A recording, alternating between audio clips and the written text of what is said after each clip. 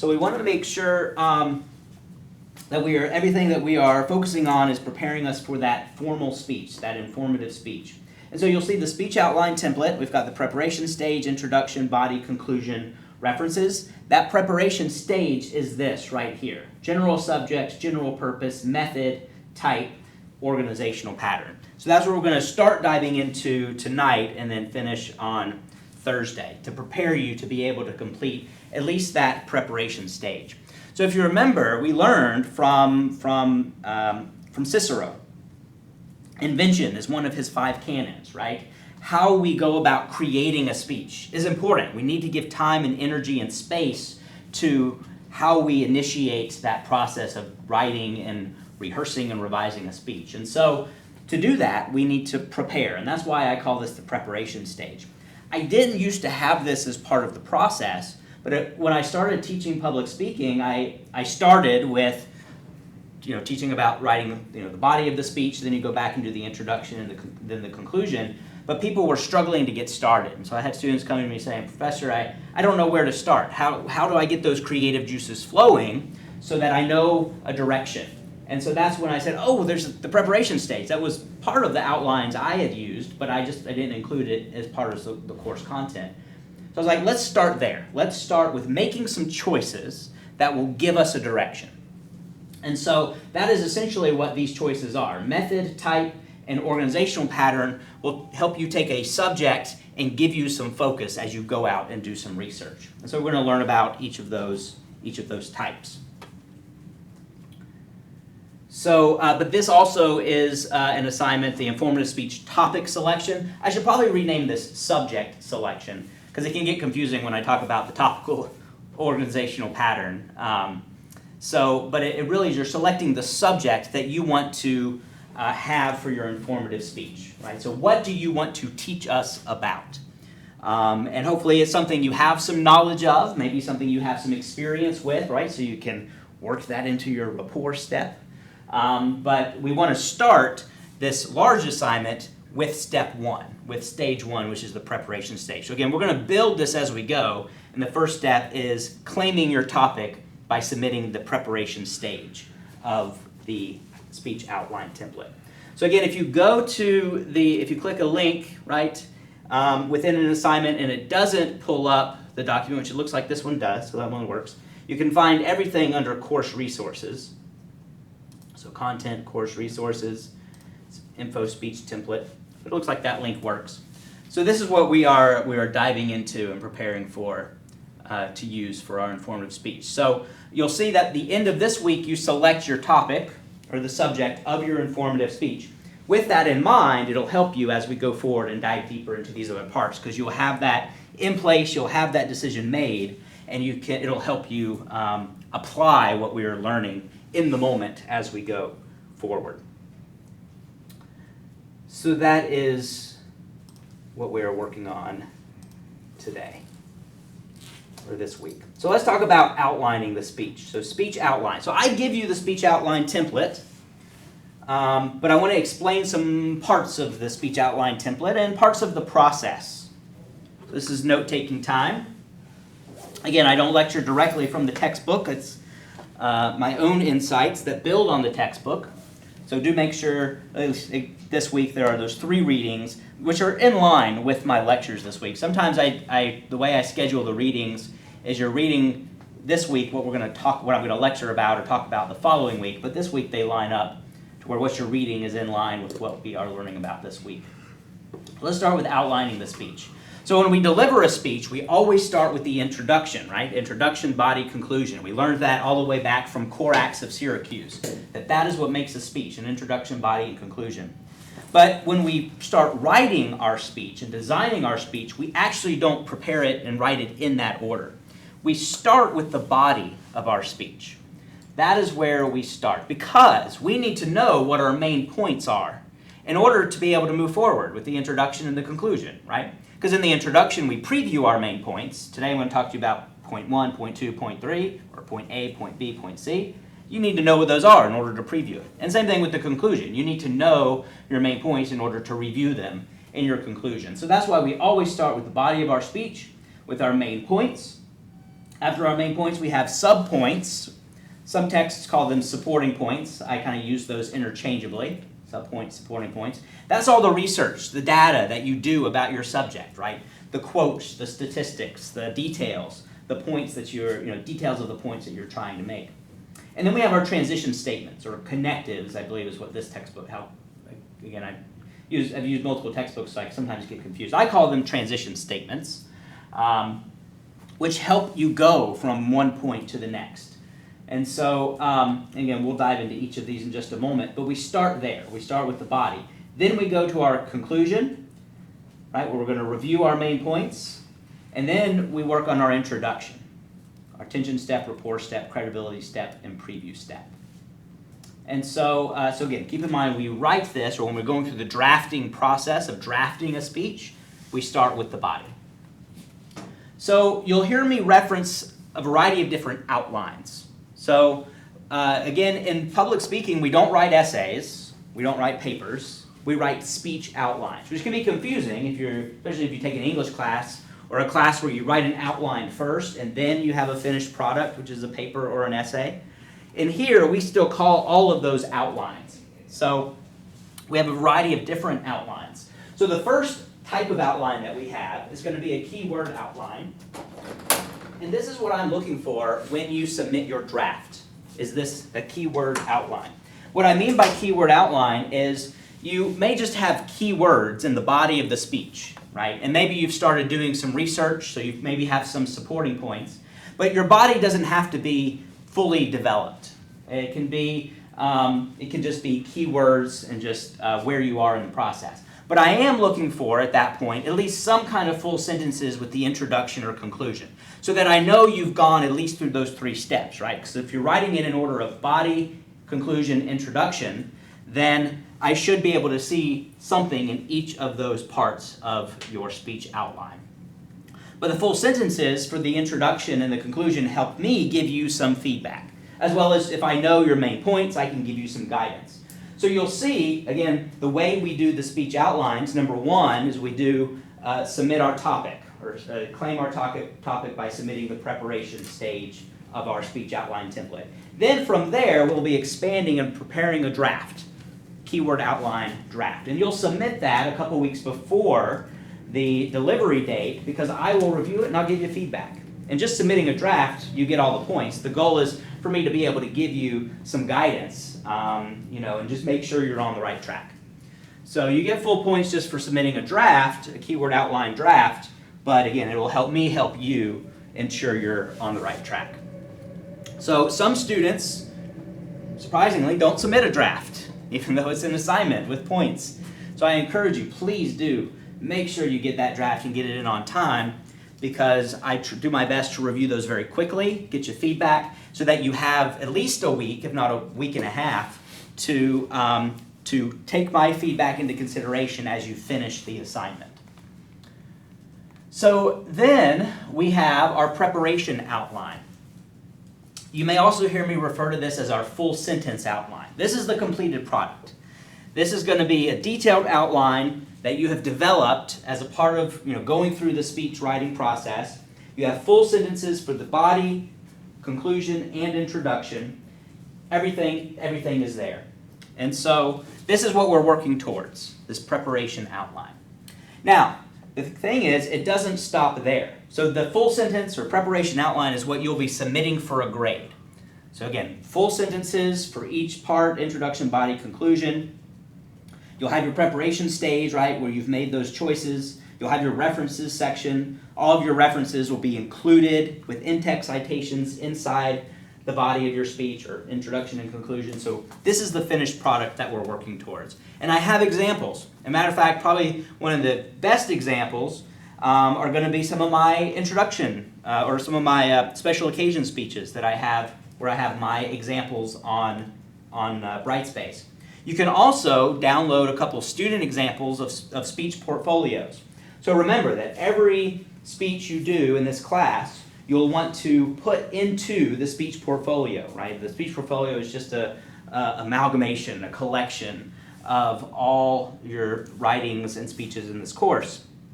So you can take a look. I have two two of those from previous students. I've removed, pretty sure I've removed all their information, right? So you can just see the content. And so you can take a look and see their informative speech, their persuasive speech, and see what a full sentence outline looks like. So let's, so why? So why are we doing these outlines? So these outlines are going to eventually help us do the delivery part, right? Get up here at the lectern and deliver our speech. When we are speaking from the lectern or before an audience, we're not using the keyword outline draft, right? Because we've expanded it into that full sentence preparation outline, but we're also not speaking from that full sentence preparation outline. Because we aren't going to be up here just, we don't want to read word for word. That's reading a manuscript. That's not speech delivery. So what do we have up here in front of us? Well, you have your speaking outline. Now, a speaking outline can be on a piece of paper, if you want. In this class, I encourage you to do note cards. So run by the Dollar Tree, pick up some 3x5 note cards, or if you want to take a piece of paper and cut it into 4 pieces of paper, you can do that as well. But you will want to have in front of you your speaking outline. This is a brief outline that is used during the presentation of your speech. You may also just hear me refer to these as note cards, because that's kind of the most common practice, is putting these on note cards. And this doesn't include everything that's in your preparation outline. You are going to take that preparation outline, and in some ways you're going to go backwards, right? You're going to go back and you're going to pull out keywords. You're going to pull out what you want to make sure you get correct and accurate when you're delivering the speech. So again, we're not reading manuscripts, but we are delivering what we call extemporaneous speeches. So extemporaneous delivery means you have prepared the speech in advance, but when you are up here speaking, the words that you are using are chosen at the moment of delivery. But because you've rehearsed it enough, you've internalized your message, right, which we're taught is by ancient Greeks and Romans is the goal, right, to internalize your message. That was one of Cicero's 5 canons, memory, so that when you get up here and speak, you know essentially the core points that you want to get across to your audience. But the speaking outline can help us, right? Having notes up here, note cards with key points. Again, not necessarily full sentences. You may have a full sentence quote or statistic, right? Things you want to make sure are correct and accurate. But your speaking outline is really going to be a very simplified version of your full sentence outline. Because again, it's just what you're using to speak from. So some notes with speaking outline, some guidelines, as we want to use this visual framework for our preparation outline. So by visual framework, I mean the speech outline template that I've provided you is that visual framework. We want to make sure that we keep the symbols, right? So Roman numerals, numbers, letters, bullet points, those parts we want to keep uniform. We want to keep consistent so that we have this visual framework and know, okay, all of this content is under this main point. So when I say visual framework, that's basically what I mean.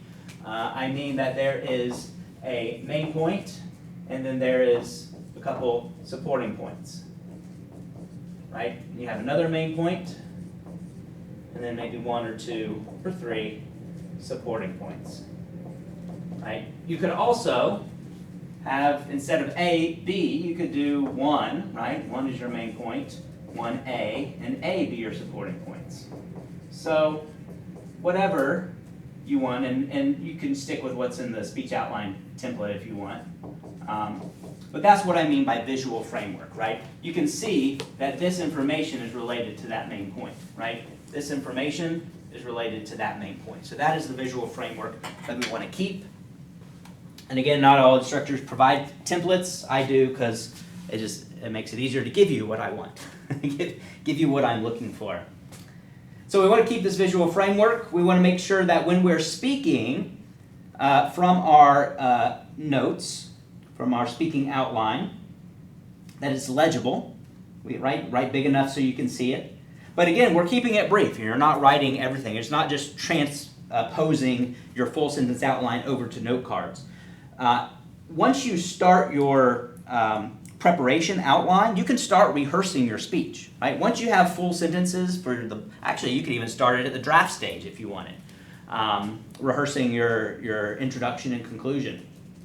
But once you have a draft, you can start rehearsing. Once you have that full sentence version, start reading through it, and read through it vocally, out loud, right? So that you can hear yourself going through it. And so as you do that, there's going to be keywords that stand out to you, and that's going to be what you want to put on your speaking notes. Also on your speaking notes, you want to include a delivery cue. And we're going to dive more into delivery techniques in a future week. But on your note cards, on your speaking outline, you may want to put a little arrow when you need to hit next on the presentation remote. So for example, when you deliver speeches in here, I'll have a little presentation remote up here. And you'll need to know, because you'll be using visual aid just like this, so you'll need to know when to click next. And sometimes in the moment, the nerves, the butterflies, right, can cause us to get distracted and forget. And so again, it's helpful to have those cues written on our note cards. So I've already kind of talked about the visual framework. So the symbolization and indentation on our outline that shows a relationship among ideas. And again, we want to keep that framework, right, that I have similar to over there on the board. Keep that when you're typing out or writing out your note cards. Keep that visual framework. Again, this is what we're looking for. In this speech, for the informative speech, it's a 3 to 5 minute informative speech. So I would say probably no more than 3 main points. So main point, and like I said, you have subpoints. Sometimes you may see these called supporting points. And these are going to be, right, everything related to that main point. Your quotes, your statistics, your stories, your insights. When we get to persuasive speaking, it's going to be your arguments, your logical reasoning, right, that you're including under these main points. As I mentioned, there's a references section. You don't have to include references on your visual aid. We'll cover that when we get to visual aid. Sometimes you do in academic environments. So if you're doing an academic conference presentation, they may want you to include a references slide, but that is not practice for informative and persuasive speeches. I know some students do it because they've been in other classes where they've had, and these are my references. But when we get to delivery, we'll learn everything that we put up visually should have a purpose. If you're just putting up your references just to tell me you have references, that doesn't serve any purpose. Where your references need to be included is, again, a references section, so you can provide references upon request, and those references need to be included as sources inside your speech with citations.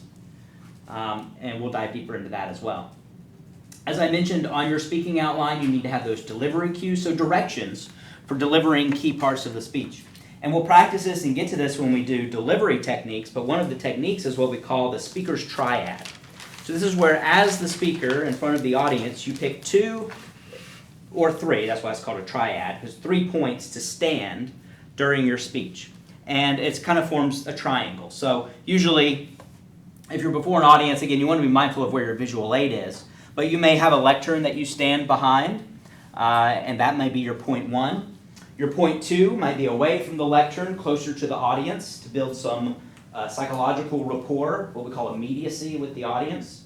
And then your third point might be over kind of on the other side of the stage, or other side of the presentation area. So we call that, and then you have go back to point 1, which is your original point. So cues to remind you to do this are important on your note card. So you can, whatever, it could be a little dot, it could be, I do sometimes a triangle. And I know, because I've rehearsed, when I see that triangle, that is my cue to then move to my next spot. So you can use your note cards or your speaking outline creatively to help you get through those things that you might forget when you get up before a group of people to speak.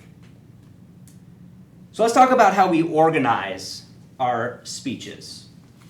So we want to be intentional or strategic in how we organize our speech. And because we want to achieve a particular result, right?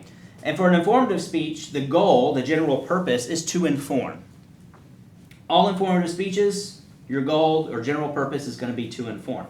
But you still need to identify a specific purpose, right? What do you want the audience to learn from your speech? And in order to meet that learning objective, right, then you design a speech to do that. And so there's some ways we can be strategic and be intentional in how we design our speeches.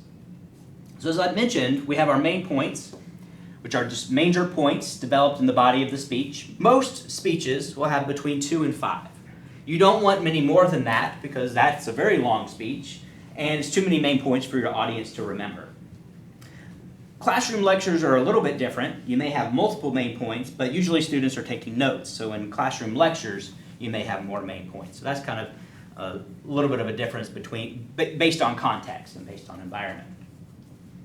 So let's talk about the ways you can order your main points. And I know I've talked about this maybe briefly, but I want to dive a little more in depth and give you some examples. So again, we want to make sure we are intentional about how we are ordering or organizing the main points of our speech. One way we can do that is chronologically. And again, this is going to be based on the subject of your speech. So not every organizational pattern works for every subject. But some of them do. Some of them fit chronological order, which would be where your main points follow some kind of time pattern, right? Time of day, year, month, season, right? If we're doing main points that fit that type of pattern, then we're doing it in chronological order. Let me give you an example. This is an example of just a kind of a brief speech, not even a draft, right? Because I'm just doing main points and just one subpoint. But this would be a chronological order, right? Because each of my main points are in order of time. 1980s, 1990s, 2000s, and today. This speech subject is about esports and how esports has changed over time. When I hear phrases like past, present, and future, I know when I hear that in your speech, I know that your organizational pattern is chronological. Or I hear phrases like over time, then I know your organizational pattern is chronological. So here, 1980s, esports began as friendly competition among friends. 1990s, esports became a global phenomenon as technology grew and advanced. 2000s, it flourished through tournaments and became more organized through tournaments. And then today, it draws sometimes more viewers than traditional sports leagues. And some colleges are now even starting esports teams. I was at a college a few years back that had an esports team, and they competed against other colleges doing esports, video game sports. So that's an example of chronological organizational pattern. We'll dive into using visual aids at a later date, but I just wanted to kind of share that depending on the version of PowerPoint you're using, there's this tool called Design Ideas within PowerPoint. That if you have content on a slide, you can go over and click Design Ideas, and it'll redesign it for you. And I did that to test it out, and I was like, oh, this actually looks like a pretty good layout. I'd probably make the font bigger. That would be my only change. And make sure it meets what we call the 7-7 rule. But otherwise, I thought this was a good kind of redesign of my content. So we'll dive deeper into that, and I'll show you how to do that. But anyway, just wanted to give an example of that. Spatial order. So this is going to be where your main points follow some kind of directional pattern. Inside out, outside in, north to south, east to west, up, down to up, whatever that might be, is some kind of directional pattern. So if your speech specifically is about an object, then spatial could make sense. Again, where you're talking about that object in some kind of order. For example, I could talk about the bean, right, or cloud gate, I guess we call it monument, right, piece of art that's in downtown Chicago. I could talk about it from the inside out. What's on the inside? What's it made of, right? What's the outside? What does it look like, right? So I could go inside out with any kind of object. To give you an example, there is an example, I'll show you a quick video, of a hurricane from the inside out, from the eye out to the outside. Eye wall, spiral, rain band. So that's a spatial organizational pattern.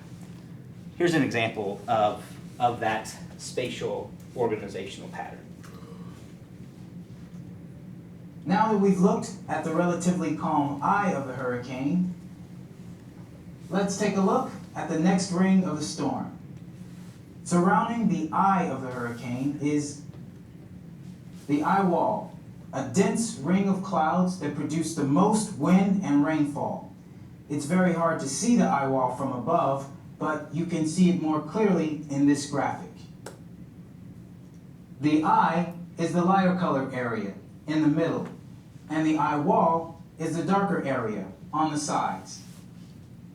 Winds in the eye wall exceed 155 miles per hour, which is why this part of the storm can cause so much destruction. So see there, right, they're providing these main points, they're elaborating with more detail, and then using some good connectives or transition statements as well, which we'll get to. So then there's the causal organizational pattern or causal order, so where your main points show some kind of cause and effect relationship. So this can be informative, it can also be a persuasive organizational pattern where you're trying to persuade us of maybe negative effects. We want to avoid any kind of what I call judgment-based language, because when we are informative speaking, we are just teaching facts. We aren't necessarily persuading that something is good or bad, right or wrong, moral or immoral. So when we're talking about cause and effect for an informative speech, we want to make sure we're not labeling it as negative or positive or harmful or a benefit. We're maybe just presenting the effects of a particular cause. Or maybe we go through the different effects that stem from a cause. So we could do it either or. Here's an example.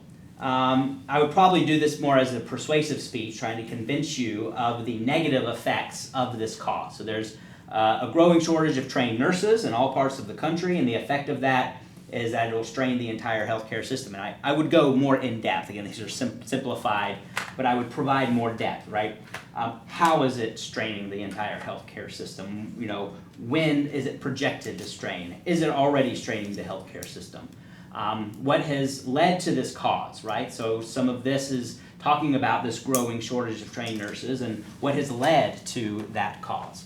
So for a cause-effect organizational pattern, it's quite simple, right? First main point is the cause, second main point is the effect, or you could reverse. You could start with sharing the effects of some kind of cause.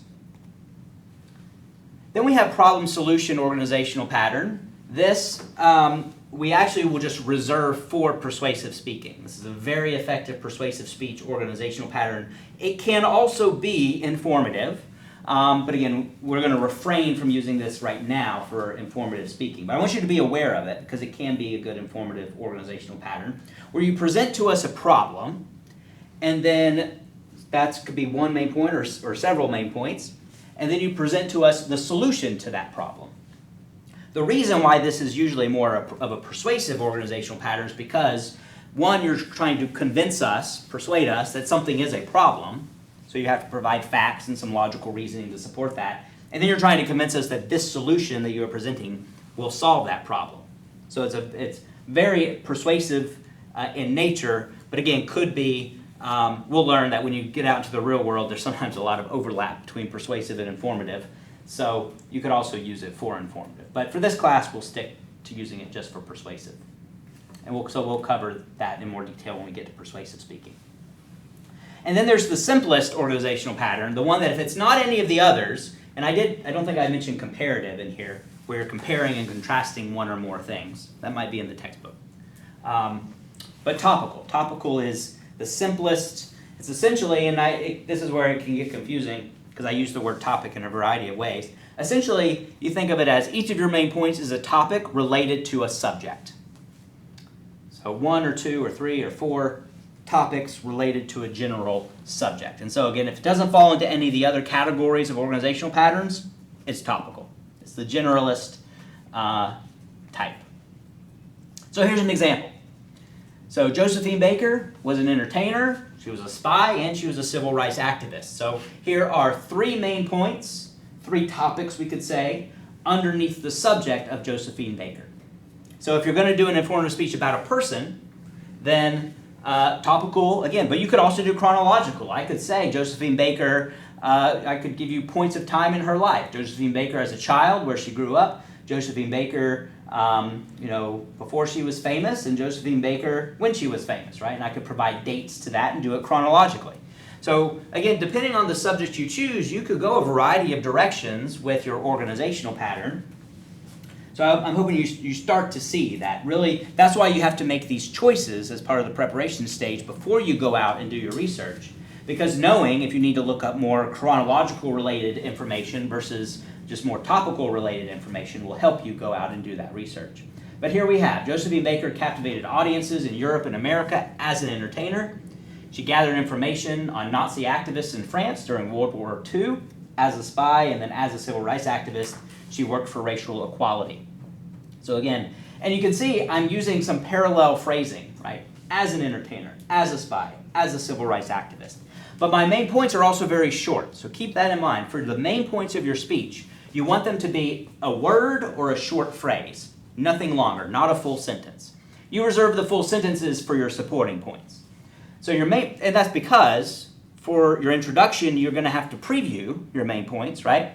And in the conclusion, you're going to have to review your main points. You're going to have to list these main points multiple times, so it's best to keep them short and concise, one word or a phrase, so that you can easily say, today I'm going to share with you about Josephine Baker as an entertainer, as a spy, and her work as a civil rights activist. Today I shared with you about Josephine Baker as an entertainer, as a spy, as a civil rights activist, right? So we want to make sure those are short and concise so that we can include them in our preview and review steps.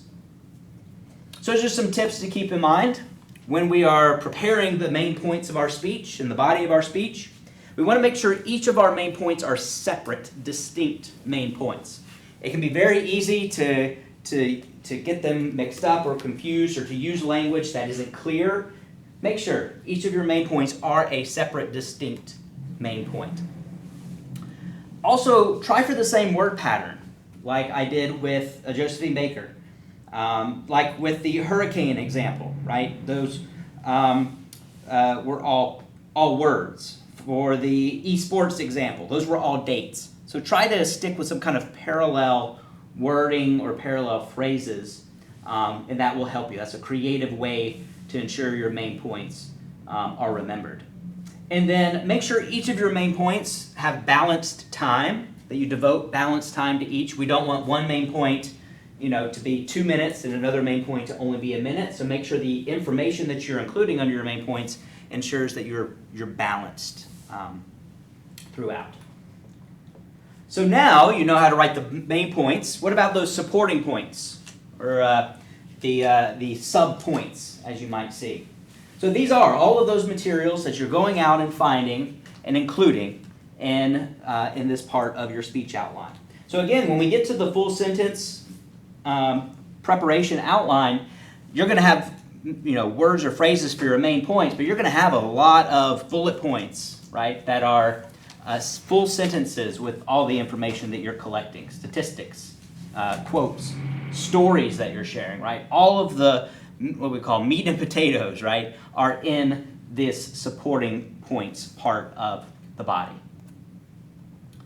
Then we have connectives, and I like to call these transition statements, although I recognize, like it's in the text, transition statements are a specific type of connective, but essentially the goal of these transition statements, or transitions or connectives, is to bridge your main points, to get you from one main point to the next.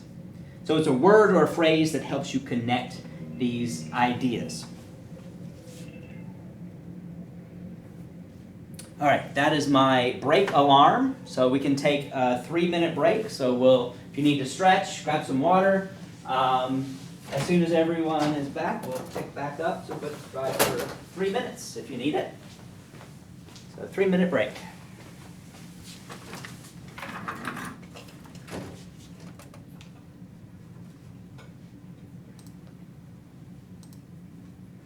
If nobody wants a break, we can keep going.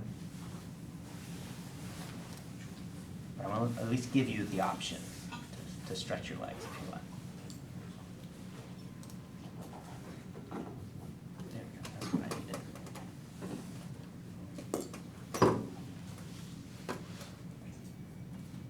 And I need a sip of water.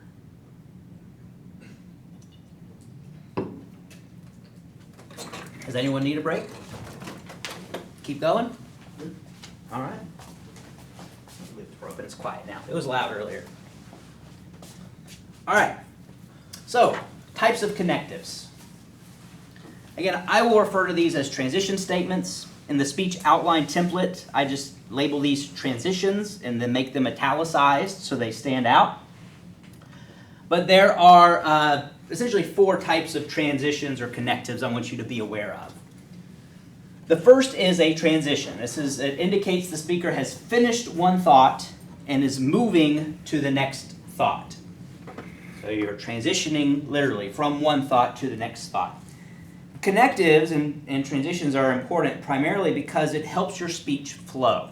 If you don't have good transition statements, your speech is going to be choppy. And that's usually the feedback I give when we do informative speeches and I am grading and providing feedback, is if it's choppy, then it means we need to spend a little more time working on these transitions. Let me give you an example. I have spoken so far of Cesar Chavez, the community organizer, so that would be my first main point, and I'm transitioning now to this next point by saying, but it was his work as a labor leader that truly etched his name into American history. So here I am mentioning each of my main points in a way and connecting them. And this would be after I've already shared main point 1, Cesar Chavez, community organizer, and all my facts and details about that. Then I get to this transition example, this transition statement. So then after I say this, then I would, transition to it. But it was his work as a labor leader that truly etched his name into American history. So Cesar Chavez is a labor leader, and then I'd go into those details. So again, this is helping me transition from main point to main point. There is an internal preview that is a part of this. So this is a statement, right, in your speech that is identifying or indicating what you're going to discuss next. It's why it's called an internal preview. And the easiest way to do this is just say first, next, last, first, second, third. So here's an example. In discussing how Asian Americans have been stereotyped in the mass media, we will first look at the origins of the problem, and second, at its continuing impact today. So here I'm using, this preview of first we're going to talk about this, second we're going to talk about that. So you can use those words, first, second. You can also use an internal summary, so a statement summarizing the preceding point or points that you've shared. So this internal summary kind of mirrors the previous one. So in short, palm reading is an ancient art developed in China more than 5,000 years ago. It was practiced in classical Greece and Rome, flourished during the Middle Ages, survived the Industrial Revolution, and remains popular today in many parts of the world. So this would be, I have talked through all of these things, so I could do an internal summary, to summarize everything I have just shared with you, right? So it's an internal summary. And then signposts. Signposts are just brief statements that are showing your audience where you are focusing your attention, where your key ideas are. So as I mentioned, you could use kind of first, next, last. This is another kind of example. So the first cause of this problem, second cause, final cause, so first, second, final. Right? These are signposts that guide us and guide our audience through our speech. And so you will hear me say or phrase my transition statements using, and this is what I recommend, this is kind of what I'm listening to. I mean, you could use, like I said, so this is my first main point, right? So then I go into all my detail, and then I have my transition, which is going to be, now that I talk to you about main point 1, next I will share about main point 2.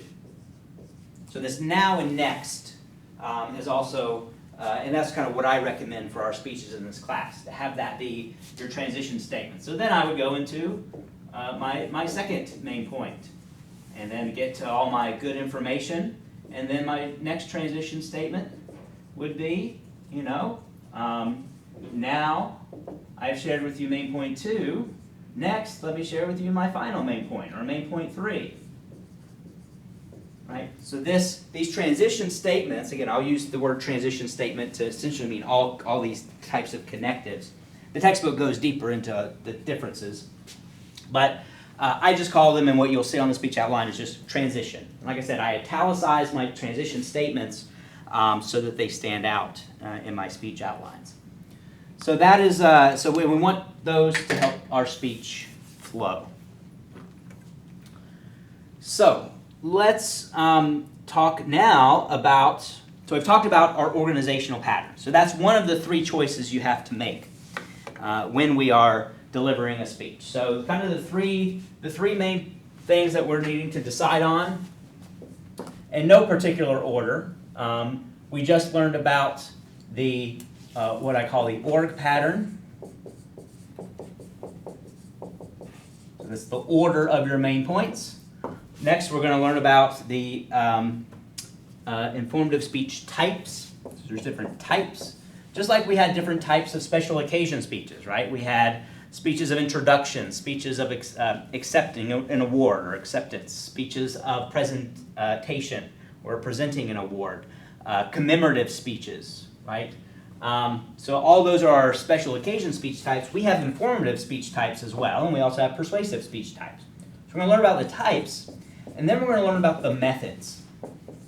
Methods are going to be the method through which we inform. And there's a variety of methods that we use. And in fact, we can use methods interchangeably, or we can use a variety of methods in one particular speech. But to keep it simple, in this class, I want you to choose one primary method to use. So we're going to learn about those. So I already mentioned informative speeches. The goal, the purpose, the criteria for an informative speech is that it is a speech designed to convey knowledge or understanding. You are teaching us something. Sometimes these speeches could be trainings, labeled as trainings in the workplace. They could be labeled as workshops. So these are all times, if you are leading a workshop or a training, when you may need to use, or where it would be beneficial to use a speech outline template like this to kind of organize your thoughts for those types of experiences. But really the goal is designed to convey knowledge and understanding, to teach the audience about something. So you're not taking a particular point of view or stance. That's persuasive. We are simply just conveying factual information. So what are our different speech types? We have 4: objects, processes, events, and concepts. And these are pretty straightforward, but I'm going to give you some examples of them. Because again, this is the next choice that you need to make. You need to decide what speech type. Essentially, the subject of your speech is what determines the type. And the reason why we want to identify the type of informative speech, because again, knowing this in advance will help us go out and find information related to this type, right? Are we going out and finding process-related information, how to do things? Are we going out and finding maybe historical information about an event, right? So knowing the type of informative speech will help give us some guidance to the type of information we need to collect. So here's an example of an object. So this is an object. So anything visible, tangible, stable in form. Does not change. Now, it can be confusing because things like people, right? People, for the purposes of an informative speech, would be considered an object, right? Individuals. We watched Barack Obama's 2004 Democratic Convention speech, right? Or parts of it, right? Barack Obama as a person, and at least in his identity, is not changing, right? He's not going to become a different person, at least so far as we know. So pretty stable in form. So chances are, as you're going out and getting information, if you're doing it about a person, that information is not going to necessarily change, right? He's pretty stable, pretty as a person. There's a lot of information. There might be objects like artwork or buildings, architecture, that would be considered an object. So anything, again, visible that you can see, tangible and stable in form. I'll give you an example. Cars. I love cars. I love all things to do with cars. I really want to go to the car show, the Chicago Auto Show. I've never been, but really want to go, and I know it's coming up this next week. So I love cars, all things cars. And so if I did a speech about cars, right, I would need to narrow down specifically the direction I want to go. So, for example, this is a speech about an object, specifically Ford cars. And you can see I'm using this language, past, present, and future. So that tells me, just by the title of my speech, that if I'm talking about the past, present, and future, I'm doing it chronologically. So just by the title of the speech, if someone got up and said, today, my speech today is about the past, present, and future of Ford cars, I know what their main points are going to be. The first main point is going to be the past, second main point, the present, third main point, the future, or today. And I know their subject. It's all going to be about Ford cars. So that's an example of an object using a chronological organizational pattern. This is an example of an object that's pretty stable in form. This is the Statue of Liberty, right? Now, I could talk about the Statue of Liberty a variety of ways. I could talk about the past, present, and future of it. I could talk about how it was built. But if I wanted to do it spatially, right, that's where these lines come into play. Because I could talk about the Statue of Liberty from the bottom to the top or from the top to the bottom, right? I could do it in order of that direction, which would be a spatial organizational pattern. So again, that is an object. Pretty stable in form, not necessarily going to change as an object. There might be historical objects you could talk to us about as well. Bicycles. Bicycle as an object.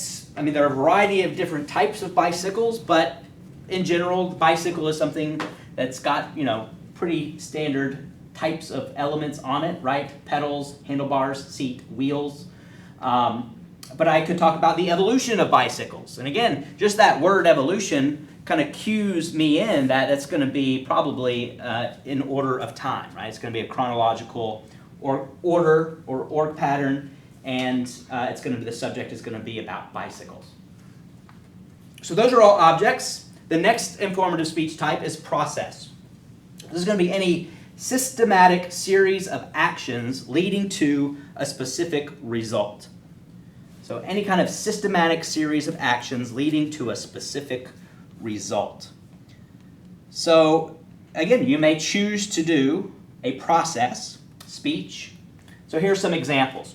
This was one I had actually in the very first speech class that I taught. A student did 5 steps to creating a no-sew blanket.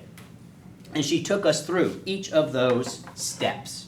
And I thought it was a very creative speech. Cut, tie, but she didn't only share with us the steps. She went in depth into why she makes no-sew blankets. She actually donated them to children's hospitals. And so she shared why in addition to how she made them. So that made her speech very dynamic and very interesting. So that's an example of a process speech because the primary goal of this was to take us through the process. And by the end of the speech, we knew each step to make a no-sew blanket. So we could leave the room and follow her instructions to do that process. Another example is how to tie a necktie. So a necktie, 3 steps, right? By the time the audience leaves, they will know how to do it. They will know the process. Now, I could talk about ties as an object, and I could talk about how ties are made. I could talk about the evolution of ties, the past, present, and future of ties. I could do a topical organizational pattern just with, here's 3 types of ties. Although I only know of 2, but I feel like there are more out there. So anyway, so again, any subject, you could really go a variety of directions, and that's why you need to make that choice up front to know, okay, am I talking about this subject as a process or as an object? This would be a cool one. So I used to be, has anybody heard of Hungry Howie's? Hungry Howie's Pizza and Subs? You've heard of them? They're not everywhere. I've not seen one in Illinois, but I know we had them in Florida and Alabama. And they're known for the seasoned crust. So I was a night manager at Hungry Howie's Pizza and Subs when I was in college. And so I made a lot of pizza. And so I could get up here and I could teach you all how to make a pizza from scratch. And I actually did have a student do this speech. They worked at Pizza Hut, and when they came and delivered their speech, they were very creative. They wore their Pizza Hut apron and their Pizza Hut hat, and that gave good credibility, right? Good ethos, because we knew they knew what they were talking about because they had the attire. So how to make a pizza from scratch. If I'm teaching you the process to making this, it's a process speech, but I could approach pizza as an object, the past, present, and future of pizza, 3 things you need to know about pizza. But in this case, if I'm approaching it as a process, I'm going to talk through that process of making a pizza. And then this was a creative one a student did as well, changing a car tire. So actually they brought the tools and equipment needed and took us through visually the process of changing a car tire. Has anybody here changed a car tire?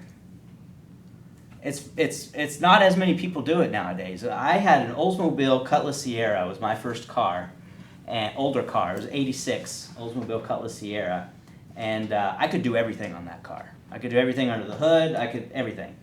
And so changing car tires was a pretty common experience. The Toyota, was it I have now? Toyota Camry Hybrid. I can't do anything under the hood. It's all computers now, right? So, but I feel like I could still change the car tire if I needed to. So, but it's been a minute, so I'd probably need a refresher. So if you wanted to teach us how to change a car tire, there you go. That's a good process speech. The next type of informative speech would be about an event. So this is anything that happens or is regarded as happening, anything that will happen. You could talk about a future event. Events are experiences. So let me give you some examples of informative speeches about events. Holidays are very good informative speeches about events. So first would be the history of St. Patrick's Day. My subject, St. Patrick's Day. The history of tells me, I know I'm going to be hearing about it chronologically in order of time. So that's one example, history of St. Patrick's Day. This is another holiday, but I'm approaching it a little bit differently. I'm talking about Ramadan and its practices, fasting, prayer, and charity. So I'm talking topically about 3 practices of this holiday.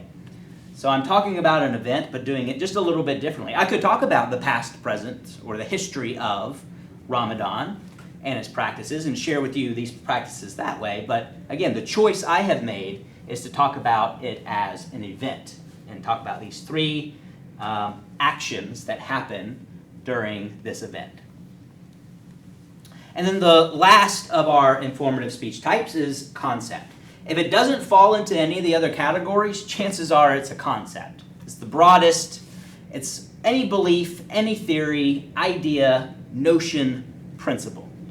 Probably the most general word out of all these is probably the most helpful would be idea. Any idea that's out there could fall into this category of concept. So let me give you some examples. The basics of informative speaking. Or if I were to share 5 things you need to know, or 3, we want to keep it short, right? 3 things you need to know about informative speaking. That would be a concept. It doesn't necessarily fall into any of the other categories. If I'm talking about a specific speech, like maybe 3 things you need to know about Dr. King's I Have a Dream speech, then I'm treating a specific speech, as an object, right? That's an object, it's tangible, it's stable in form. I Have a Dream speech is not changing in any way. So that is, and then we have the science of cooking. So the science of cooking, if I'm talking in general about the science of cooking, heat and elements to produce something delicious, that's more of a concept, right? I could talk about how to cook something specific, which could be about an object, like with the pizza example. But if I'm doing something more general, more broad, then it's a concept. So that's where essentially we will leave off. Well, actually, hold on. 8:05. Oh, why did my watch just vibrate? Oh, I meant my step goal. I meant my step goal. Sorry, I was thinking it was my vibration to tell me class was ending. Let's keep going. Science of cooking. So here's some examples of a speech about an object. So if I was to teach you about the Mississippi River, right? I could talk about the geographical regions of the Mississippi River, right? It's divided essentially into 3 sections, and I could talk about each of those. So again, I would be treating this object that is the Mississippi River, and I could be talking about it spatially, these different geographical regions. I could say this was topical as well, because again, topical really can apply to everything. So if it doesn't fit into one of those other org patterns, topical is the best. So here's an example of an object speech. So the upper Mississippi, the middle Mississippi, and the lower Mississippi. So here I have, and these aren't really good main points. I probably would just say upper, middle, lower, and then move the rest of the stuff to my supporting points. But just to kind of give you an example. Upper, middle, lower. That's a spatial organizational pattern about an object. So again, you can hopefully are seeing how you can kind of mix and match and pair these types and these organizational patterns. This is a process speech. So to inform my audience of the methods used that stage magicians use to perform their tricks, right? So then maybe I'm going to share with you some of the devices or some of the tricks that they use. So here's an example of a couple potential directions I could go. So I could say many magic tricks rely on mechanical devices that may require little skill by the magician, and then share with you multiple types of devices, talking through the process of how do they use those devices. Now, if I just wanted to talk about the devices as an object, that would be about an object, and so that would be a different type of speech. But if I'm sharing with you how to use them so that when you leave this room, you can do it, that would be a process speech. And then the other would be any kind of sleight of hand and manipulation. So you're not using any devices, but teaching you how to do those tricks. Another example of an event speech. So to inform my audience of 3 aspects of Japan's Obon Festival. Right? So 3 aspects. It's famous for its lanterns, for its dances, and for its graveside gatherings. So this is an event that is happening and happens. But then here I'm providing, again, 3 kind of main points. And again, I would have keywords as main points. So paper lanterns, historic dances, graveside gatherings. Those would be my main points, and then all this other kind of detail would be included in my subpoints. And then another example of a concept speech would be to inform my audience about the basic principles of nonviolent resistance. It's a concept, right? It doesn't necessarily fit as an object, doesn't really fit as an event unless I'm talking about a specific nonviolent event. Like, for example, in the South, there were sit-ins. Or the Montgomery bus boycott, right? So that would be a specific example of nonviolent resistance. So if I went that direction, those would be events, not necessarily concepts. But if I'm talking about the concept, general concept of nonviolent resistance, and what you need to know about it, that would be a concept speech.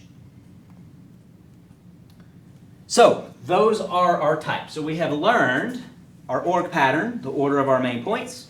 We have learned our types, right? Object, process, event, or concept. The third choice we need to make is going to be about our methods. So these are informative methods. These are 4 ways we inform people. We can define or provide definitions. We can be descriptive and describe how things look using a lot of visual-related language. We can explain or we can demonstrate. So I'll talk about each of these in more detail. So let's talk about the 4 informative speech methods. This is the final choice you'll need to make as part of the preparation stage. So define. What is the define? So this is going to be where you're providing us synonyms. Maybe you're providing us some background context or historical context. Terminology, so that we understand different terminology. So again, the reason why we are making this choice as part of the preparation stage is because, and this is really the most important one, the methods, because this tells you specifically the information you are collecting. So you are collecting information that provides definitions, right? Definitions, synonyms. And you're doing that about an informative speech type, object, process, event, or concept, and you're going to share with us this information in a specific organizational pattern, right? Chronologically, spatially, topically, causal, right? Or cause and effect. So this is the information you're going out and collecting. Historical context, background, definitions, synonyms. And I have some examples of these as well. And that's where we'll spend a lot of our time on Thursday, is looking at and diving into some examples and doing some practice ourselves, coming up with some examples. Describe. So this is going to be where you're providing characteristics, features, think vivid details, word pictures. You are describing what something looks like to us. Now you have an advantage that in this class you'll have a visual aid, So you also have the opportunity to show us what those things look like. But what you are including in your speech are going to be descriptions, characteristics of, again, object, process, event, or concept. If I'm describing an object, that's easy, right? Like for the Statue of Liberty, I'm describing what I see. Describing an event is actually a pretty fun, informative speech, right? Describing what an event looks like, right? You can dive into the colors. You can dive into costumes, right? Dios de los Muertos, did I pronounce that correctly? Still, is that close enough? So I had a student, actually several students, do an informative speech about that, where I really dove into colors and costumes and when the altars are made, what's included, and to kind of describing to us what that looks like. Those are just beautiful, informative speeches, because that was a holiday that I was not very familiar with. So I learned a lot. So description, characteristics, features, vivid details. Think word, you're describing to us pictures using words. The third informative speech method is to explain. And this can be confusing between define and explain. So if you think define is synonyms and background, explain is when you're sharing the how or the why of a subject. So that's going to be part of the information you are collecting and sharing with us. So if it's a informative speech of explanation, I should be hearing in your speech how and why. Matter of fact, those could even be your main points, right? How something works, why something works that way. So you're sharing how or why, and that is an informative speech of explanation, or just to explain to us that information. You could also explain the current state of something or the outcomes of something. So again, that's getting back to the how or the why, what happened. If it's an event, you can explain how that event was developed, why that event exists. Why does St. Patrick's Day even exist? How has it changed over time? Right? Those are going to be informative speeches of explanation. And then the last informative speech type is demonstration. And this is going to be where you demonstrate for us the chronological procedure, or show us a process and how that is accomplished. So any process speech is a good method is to demonstrate. You don't have to. So I'm not saying that every process speech is a demonstration, but a lot of them are, because you are demonstrating for us how something is completed. But again, you could explain how a process and why a process is the way it is. So that would be an explain, not demonstrate. So you can again, you're mix and matching these methods and types and org patterns. But demonstrate is you're showing us the chronological procedure to complete something. So that's a demonstration speech. And some speech classes, I'm not sure why, but that is like one of the required speeches is a informative speech of demonstration, or a demonstration speech. I let you choose. You choose which direction you want to go as far as your informative speech method. So some things to keep in mind. One is we want to make sure we explain. So essentially, we don't want to overestimate what our audience knows about a subject. So we want to make sure we're providing enough detail so that our audience understands. And again, actually probably avoid the word explain, because that can get confusing, since explanation is one of the speech types. So just really what we're wanting to do is don't underestimate or overestimate what the audience knows. Give them good detail. Relate the subject to the audience.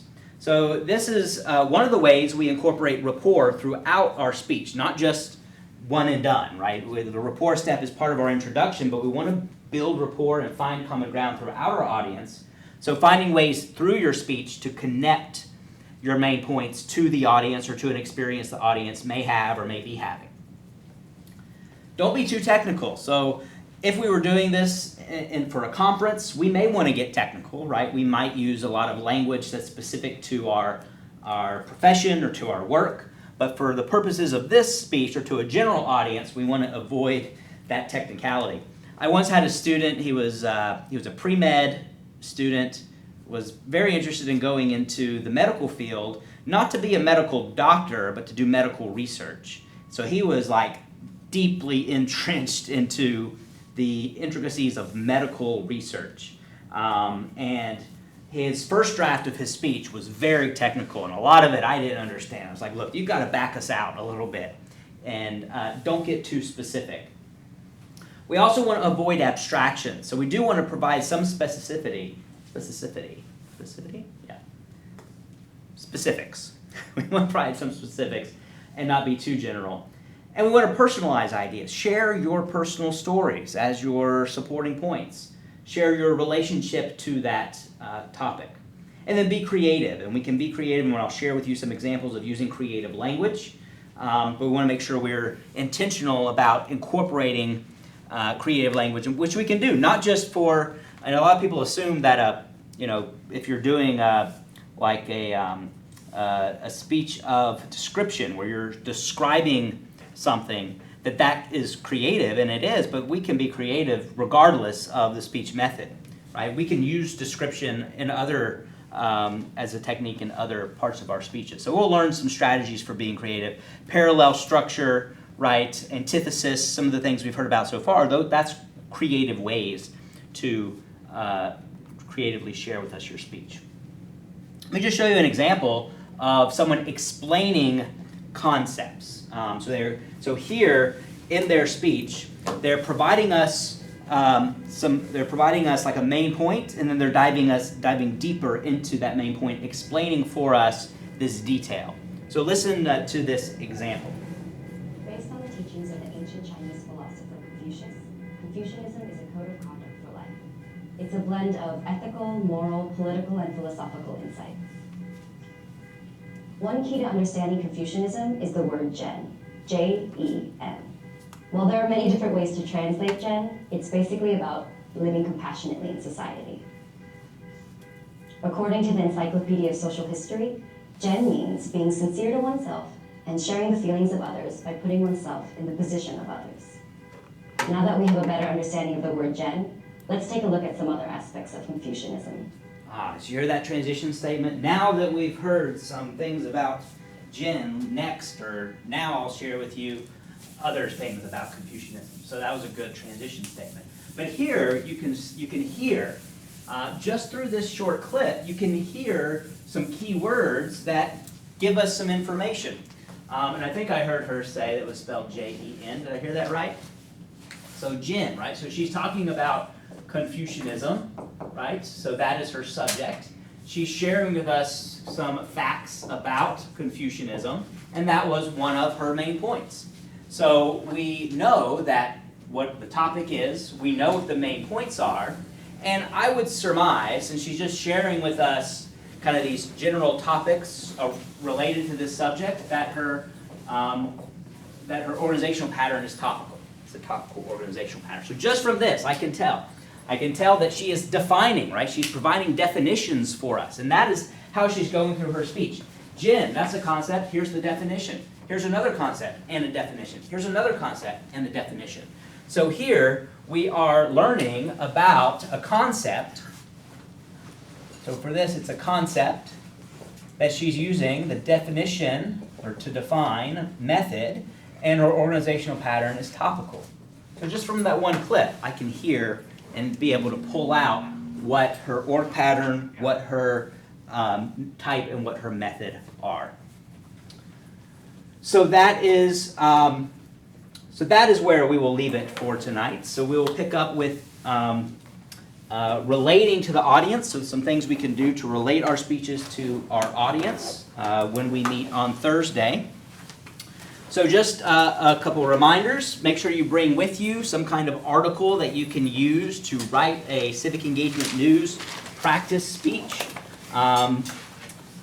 Get it from a news source, a credible news source, and then you'll see on Brightspace what I consider to be credible news sources. I will have this up on Thursday, and we'll have 12 minutes or so to work on this. This is the script basically we can use. So you can edit and modify it. I've just kind of added kind of my own things in here. So you don't have to use like my quote. You can find a different quote if you want. But really what we're practicing doing is practicing inserting a quote from a story that we found, and specifically practicing verbal citations. According to NPR.org, or according to Jen White, a journalist at WBEZ.org, right? So we're going to practice, and part of my lecture will be kind of a little bit about those supporting sources, but we're going to practice doing this.